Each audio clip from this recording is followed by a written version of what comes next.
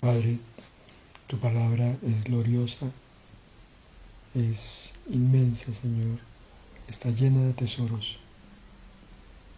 Gracias por semejante regalo, semejante bendición. Gracias por hacernos dispuestos para ti, por creer que nosotros podemos valorar tu palabra, Señor. Gracias por esperar que nosotros tomemos tu palabra y la convirtamos en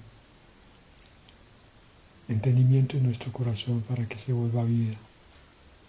Gracias, Señor, por la presencia de tu Espíritu haciendo la obra de culminación, Señor, después de la salvación, esa obra de santificación.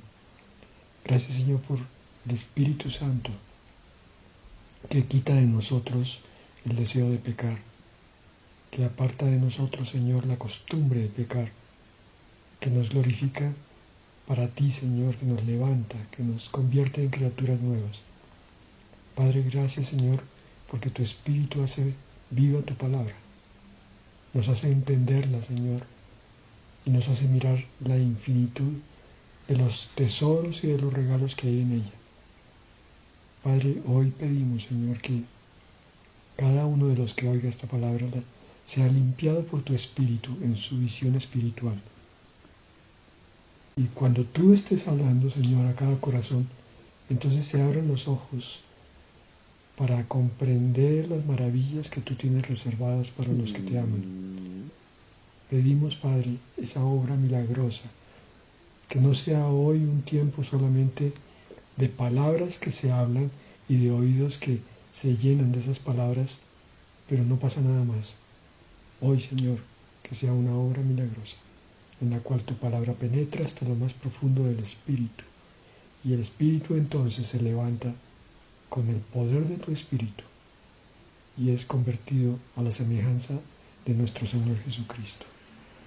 En el nombre de Jesús, Padre, haz tu obra grandiosa en cada uno. Amén y amén. Miremos hoy 2 Corintios 3, versículos 14 al 18.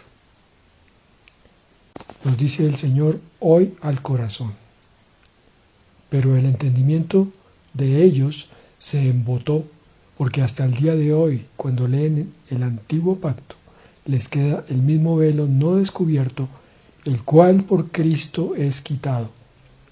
Y aún hasta el día de hoy, cuando se lee a Moisés, el velo está puesto sobre el corazón de ellos. Pero cuando se conviertan al Señor, el velo se quitará, porque el Señor es el Espíritu, y donde está el Espíritu del Señor, allí hay libertad. Por tanto, nosotros todos, mirando a cara descubierta como en un espejo la gloria del Señor, somos transformados de gloria en gloria, en la misma imagen, como por el Espíritu del Señor. Este pasaje es increíblemente glorioso y profundo.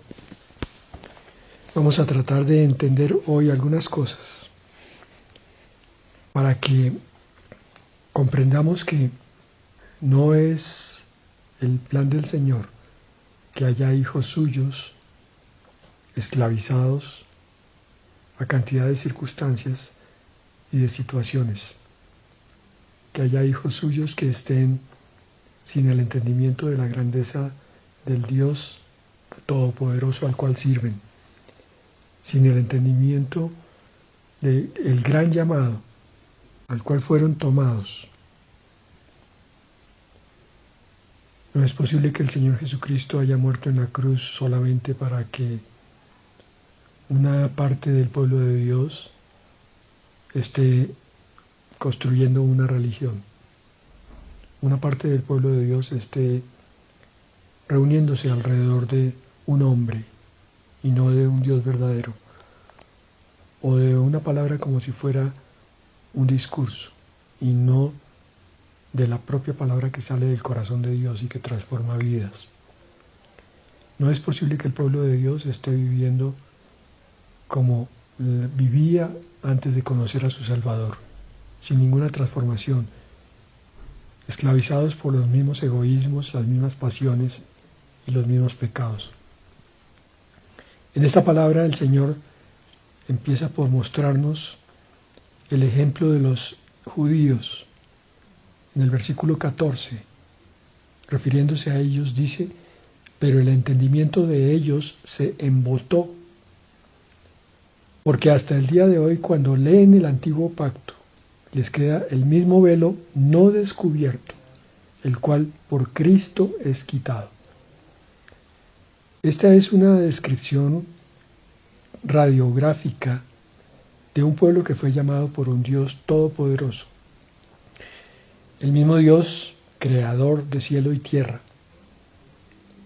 toma para sí un pueblo para que se glorifique su presencia en él, de tal manera que las naciones vecinas vean la grandeza de Dios a través de las manifestaciones en su pueblo.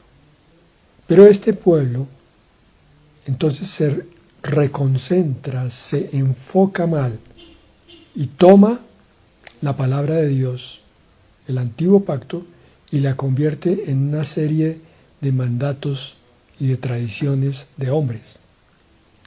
Su entendimiento se embota, y un pueblo que había sido llamado para la gloria, ahora es un pueblo esclavizado en rituales repetitivos.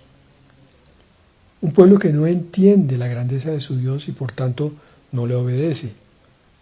Cuando uno no entiende el concepto que se le está tratando de transmitir, está condenado a seguir viviendo con los conceptos anticuados y estériles que tenía antes. La palabra de Dios es liberadora, es limpiadora, es sanadora, es restauradora. No es posible que el pueblo que recibe la palabra de Dios quede igual que antes. Pero aquí hay una disposición del corazón. El pueblo de Dios tomó la palabra de Dios, prácticamente anula la bendición con la que venía la palabra y la convierte solamente en frases vacías.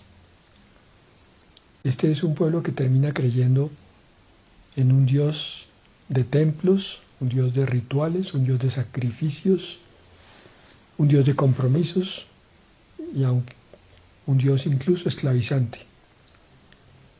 Pero esta misma palabra de 2 de Corintios 3:14 inmediatamente aclara que ese velo es quitado por Cristo, que todo israelita, todo judío que se convierta aceptando al Señor Jesucristo como Mesías y Salvador, inmediatamente recibe el resplandor de la luz y de la verdad, porque el velo es rasgado exactamente igual que cuando el Señor murió en la cruz y el velo del templo de arriba a abajo se abrió.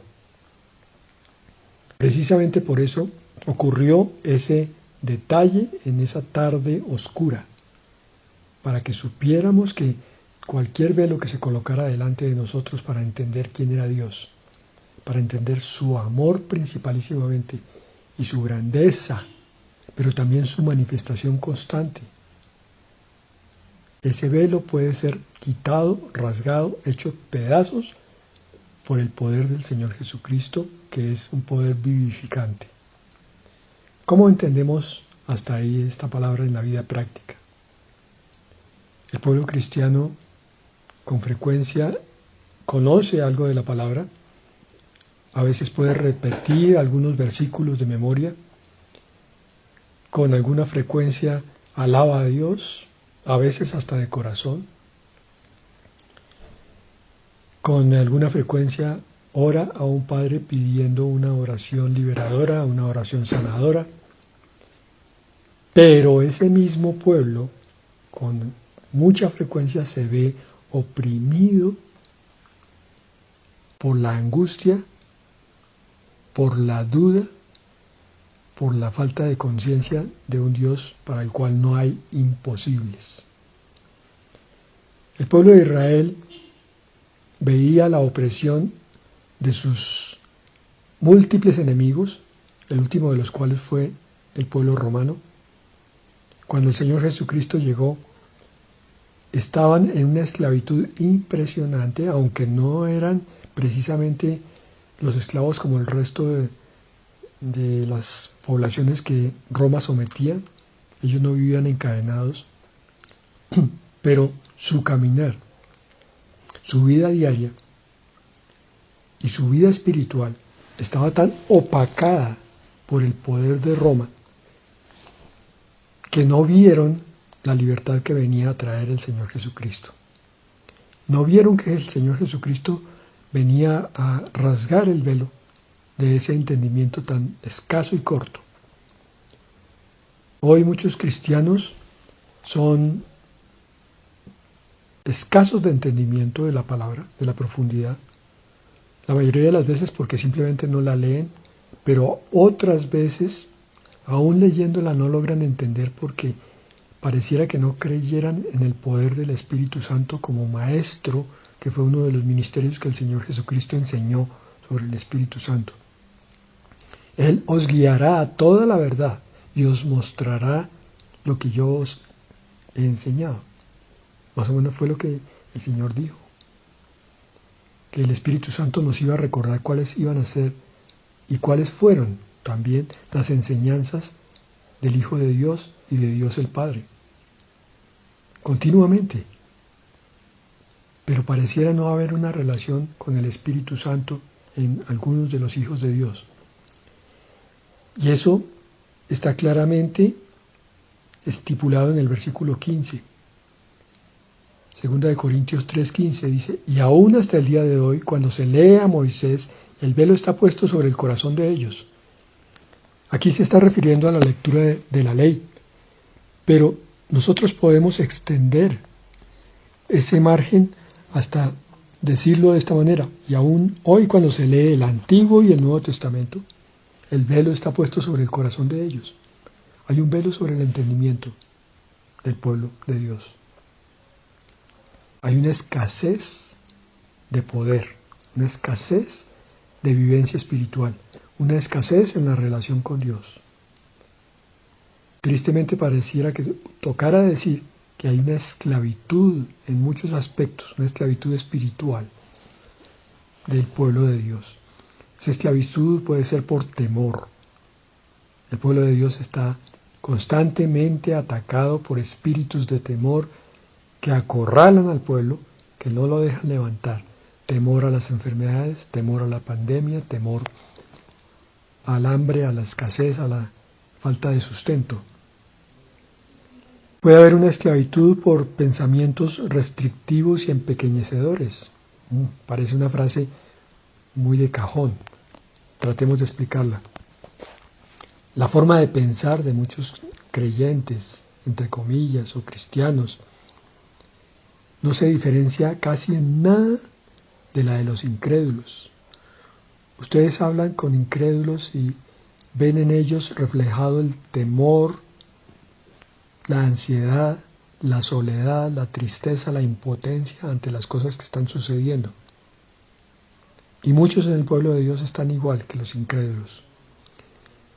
Es como si más bien se propusieran tener pensamientos limitantes de Dios, como si en vez de coger la palabra y meterla en la cabeza y en el espíritu y vivir conforme a ella, el creyente cierra su Biblia después de que la ha leído, o se va de la congregación después de haber oído un sermón, o apaga la red de internet donde oyó otro sermón, e inmediatamente regresa a un estado mental de pánico, de temor, de ansiedad, de soledad, de impotencia. Vemos esa necesidad tan profunda de acudir a alguien que les muestre una oración liberadora, cuando el que libera realmente es el Dios de los cielos y su Hijo el Señor Jesucristo. Hay esclavitudes en el pueblo de Dios por incredulidad. El pueblo de Dios no se da cuenta que muchos de ellos se imponen casi como tarea, apenas termina de leerse la palabra, el cuestionar con dudas, o si no es así, entonces el tomar la palabra con indiferencia y colocarla en un rincón y dejarla ahí abandonada. No se toma para la vida. No se cree que ella pueda cambiar cualquier circunstancia de ahí en adelante. Es un sentimiento de agobio el que coloca esta situación de los creyentes en el corazón de sus pastores, porque se les está tratando de enseñar, guiar, orientar, llenar con la palabra de Dios. Pero el pueblo pareciera no reaccionar ante la palabra de Dios. Y por último, de entre muchas otras cosas, otras formas de esclavitud, está la religiosidad. Parece que otros en el pueblo de Dios se contentan con entrar y salir de la congregación, oyendo un rato, con indiferencia, y creyendo que con eso es suficiente, y saliendo a vivir vidas mundanas, vidas sin poder, vidas sin espíritu y sin fuerza. El versículo 16 coloca la solución: pero cuando se conviertan al Señor, el velo se quitará. Este versículo importantísimo muestra que toda esta radiografía del pueblo apagado, opaco de Dios, es simplemente una falta de conversión a su Señor. Es una falta de compromiso con Dios, una falta de hacer un pacto y decir: Señor, te voy a creer a partir de hoy, cuésteme lo que me cueste. Señor, voy a tomar tu palabra como la tienes tú y la voy a explorar en mi vida particular. Con todo respeto, pero lo voy a hacer. Y entonces, en el versículo 17 dice: porque el Señor es el Espíritu, y donde está el Espíritu del Señor, allí hay libertad. ¿Cómo así? Es un encabezado un poco extraño para ese versículo. El Señor es el Espíritu. Lo que está queriendo decir es que el Espíritu es también el Señor. Es decir, tenemos una Trinidad, un Padre creador, un Hijo redentor y un Espíritu Santo santificador. Y que los tres son uno. Todo este Dios, el que nos crea, es el mismo que nos santifica, el mismo que nos salva. No tenemos que hacer una disección y separar en partes. Lo mismo que no debemos hacer episodios aislados. Entonces, una cosa es la salvación, que me ocurrió hace varios años, y otra cosa muy diferente es la santificación, que no sé cuándo me ocurrirá. Esto es un error lo que acabo de decir, porque no es así.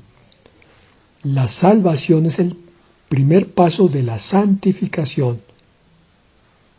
O sea, igual, la santificación es la continuación de la salvación. Las dos cosas están unidas por un solo Dios. Un Dios que es Padre, que es Hijo y que es Espíritu Santo. Y continúa este versículo diciendo: y donde está el Espíritu del Señor, o sea, donde está Dios, allí hay libertad. En el corazón del creyente, en el espíritu, en la vida, hay libertad de todas estas cárceles que nombrábamos atrás. No debería haber temor, ni pensamientos restrictivos, ni incredulidad, ni religiosidad en ninguno de estos comportamientos, porque recuerden ustedes que es Dios el que está morando en nuestro corazón. Y si Dios, el mismo que creó los cielos y la tierra, mora en el corazón de cada uno, ¿qué no hará? ¿Por qué no se da ese paso en el entendimiento? ¿Por qué no se piensa que el Dios Todopoderoso es el mismo que puede lograr en nosotros cualquier bendición? Miremos algo de palabra con respecto a la libertad que nos da el Señor. Lucas 4:18. El Espíritu del Señor está sobre mí, por cuanto me ha ungido para dar buenas nuevas a los pobres. Me ha enviado a sanar a los quebrantados de corazón. Oigan esto: a pregonar libertad a los cautivos. vista a los ciegos, a poner en libertad a los oprimidos. Estamos hablando del ministerio del Señor Jesucristo. Estamos hablando del ministerio del Espíritu Santo. Es liberar. Si esto llega a ser entendido claramente por cada uno de nosotros, significa que esos pensamientos de miedo deben ceder el paso, el sitio, a un pensamiento de libertad. Señor, ¿yo por qué tengo esto? ¿Por qué estoy asustado? Finalmente, ¿por qué? Esto está en tu palabra, esto es lo que tú hablas sobre tu obra en mí, Señor. No. Entonces, Padre, pongo sobre mi vida tu palabra. Tu palabra dice que tú viniste a rescatarme, que tú viniste a cumplir tu obra en mí. Entonces, Señor, yo lo creo y lo voy a vivir. Porque el Señor Jesucristo vino a esta tierra con ese ministerio. Y la palabra es clara. Sanó a los quebrantados de corazón. Va a sanar mi corazón quebrantado, mi corazón oprimido, mi corazón dolido, mi corazón lleno de resentimientos, de odios. Todo eso lo puede sanar el Señor Jesucristo, que mora en mí. Yo lo creo. Él vino a pregonar libertad a los cautivos. Si hay alguna parte en mí que esté encadenada, encarcelada, si mi forma de pensar es restrictiva, si voy a hacer algo y termino diciendo, no, yo no puedo. No porque el don no esté en mí, sino porque yo pienso que aún teniendo el don no soy capaz. Saca ese pensamiento de mí, Señor. Libérame. Dame la libertad de Cristo. Dame la visión amplia de tu cielo aquí en la tierra, Señor. De cómo se mueven los ángeles. Hazme entender que yo no estoy puesto aquí para seguir viviendo una vida de pobreza mental, espiritual, de pobreza de visión, de pobreza de sueños, de pobreza de desempeño, sino lo contrario, es riqueza para ti, Señor, que se multipliquen los dones en mi vida para servirte, que se multipliquen mis sueños, Señor, para que donde yo vea un necesitado allí tienda mi mano y vea cómo tú traes tu misericordia sobre ese necesitado. Porque tú viniste, Señor Jesucristo, a dar vista a los ciegos. Y yo a veces cierro mis ojos y no veo, Señor. No entiendo, no comprendo. Pero tú me das la vista. Entonces ahora, Señor, tengo la revelación. Ahora entiendo que este momento y que esta forma de vida que yo tengo puede ser enriquecido infinitamente. Que puedo empezar a encontrar bendiciones en cada paso que dé. Bendiciones de visión, visiones de entendimiento, de sabiduría, de comprensión, de gozo, de disfrute de la vida que tú me has dado, Señor. Porque tú viniste, como dice Lucas 4:18, a poner en libertad a los oprimidos. Perdóname, Señor, cuando yo a veces creo que es verdad, que tengo una opresión sobre mí, que Satanás ha venido con su poder y me ha atado y me ha encadenado, que yo no tengo capacidad para salir de este laberinto en el cual Satanás me puso. Perdóname, Señor, porque tu palabra dice otra cosa. Tu palabra dice que en ti yo soy libre, en tu espíritu soy libre, que no importa si veo cadenas, si veo puertas de cárceles, si veo muros, contigo yo veo libertad, yo veo horizontes ilimitados, yo veo el cielo, Señor, aquí en la tierra. Voy a disfrutar entonces cada minuto en vez de sufrirlo. Voy a entender que si tengo una limitación física, eso es una bendición que tú tienes para mí, porque cuando encuentre el sentido de lo que estás haciendo conmigo, a través del entendimiento de esa limitación, voy a encontrar la amplitud de la libertad. Gracias a ti, Señor. Vean, hermanos, cómo tenemos que aplicar la palabra de una forma nueva para entender lo que es la libertad en el Señor. Segunda de Corintios 3:6. el cual asimismo nos hizo ministros competentes de un nuevo pacto, no de la letra, sino del Espíritu, porque la letra mata, mas el Espíritu vivifica. Parece que aquí está el kit de la vida cristiana de muchos. Probablemente sean estudiantes juiciosos, lean su palabra, vayan a muchas enseñanzas y sermones, pero se quedan en la letra. Y aquí está claro, la letra mata. Esto fue lo que ocurrió con los judíos. Ellos tomaron el antiguo pacto y lo convirtieron en letra. No entendieron el Espíritu del Señor, no entendieron que el Espíritu es el que vivifica la palabra de Dios, el que la hace vida, que la hace gloria y poder. Cuando yo tomo la palabra y oro al Espíritu y le digo, Señor, hazme entender esto que estás diciéndome ahora en este preciso momento, derriba toda pared, toda limitante, toda cadena. Hazme entender que esta palabra viene de tu corazón, del Dios eterno para el cual no hay imposibles. Entonces esta es una palabra infinita sobre mi vida. Lo que hoy entienda, mañana va a ser renovado con un nuevo entendimiento. Romanos 8:15 al 16. Pues no habéis recibido el espíritu de esclavitud para estar otra vez en temor, sino que habéis recibido el espíritu de adopción, por el cual clamamos, Abba, Padre. Ahí está. Miren, el espíritu de temor. Este es un espíritu que ha caído con fuerza sobre el pueblo de Dios, una gran parte del pueblo. Aquellos que no creen en la palabra poderosa, están anclados, amarrados, atados y vendados por un miedo que no se atreven ni siquiera a confesar, ni a sí mismos. No se dan cuenta que todo lo toman con pinzas, que la misma palabra la escudriñan, pero con una visión racional, no con la visión del Espíritu. Porque todo es miedo, todo es temor. Hasta aplicar la palabra del Señor les produce temor. Si el Señor les dice, les he dado dones para que los desarrollen y los apliquen, ellos dicen, uy, pero es que si yo los aplico, ¿quién sabe qué irá a pasar con mi vida? Si el Señor les trae una bendición de una palabra poderosa, hermosa, profunda, dicen, no, pero es que esa palabra no es para mí. Yo no creo que eso pueda hacerse en mi vida. Si el Señor les trae una bendición material, dicen, yo no soy digno de esa bendición. Pero bueno, vamos a vivirla, pero tomemos solamente esto y esto y esto. O sea, pedacitos. Segunda de Timoteo 1:7 dice, porque no nos ha dado Dios espíritu de cobardía, sino de poder, de amor y de dominio propio.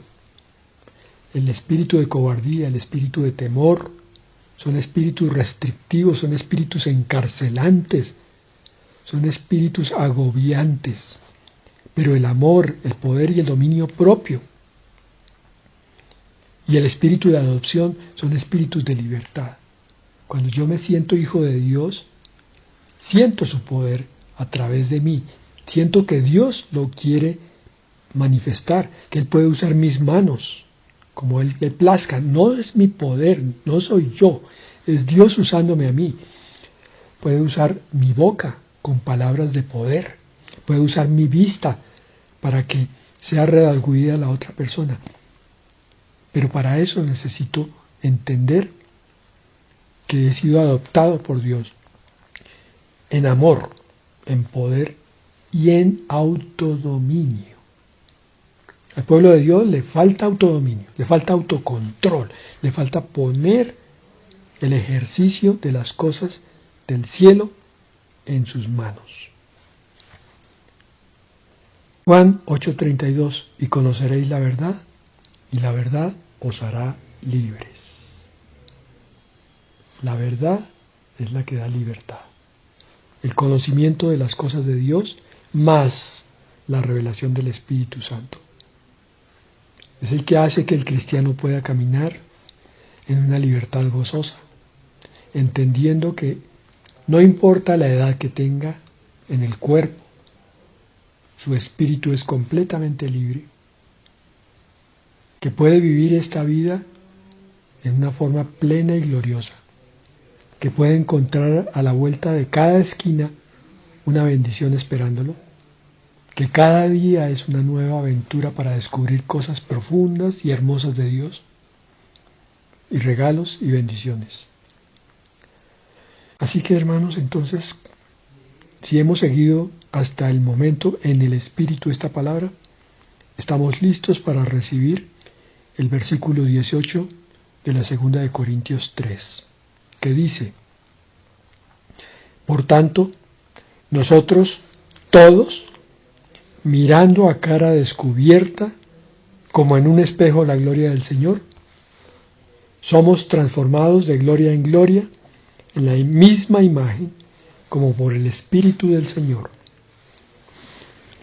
Este versículo glorioso nos quiere transmitir el siguiente mensaje. Ya que tenemos la libertad de Dios a través de su Espíritu y del Señor Jesucristo, especialmente esta libertad que es la de mirar a cara descubierta hacia Dios, muy diferente de lo que les ocurría a los judíos, que tenían miedo de mirar a Dios porque sabían que inmediatamente morirían.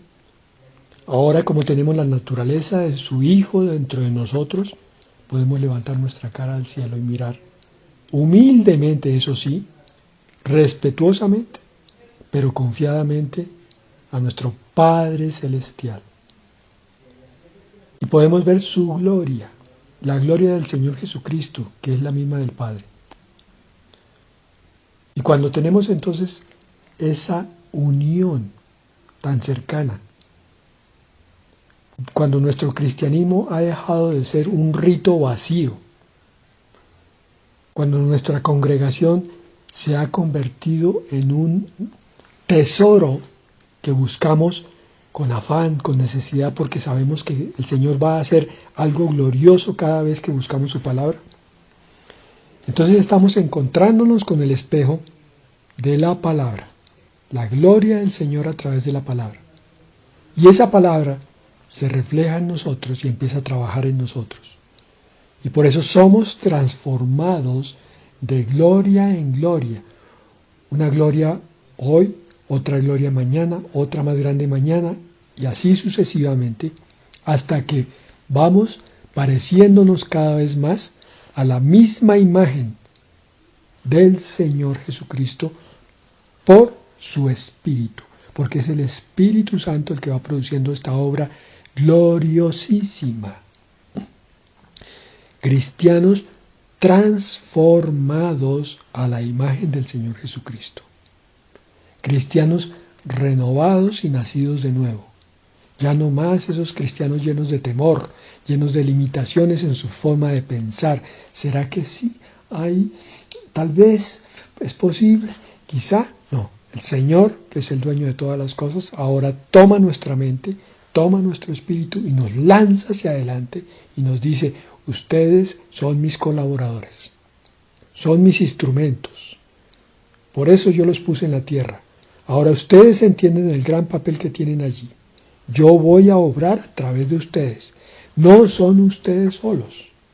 Pueden despojarse de todo temor, de todo miedo y de toda restricción, porque ustedes se abandonan a mí y yo obro a través de ustedes.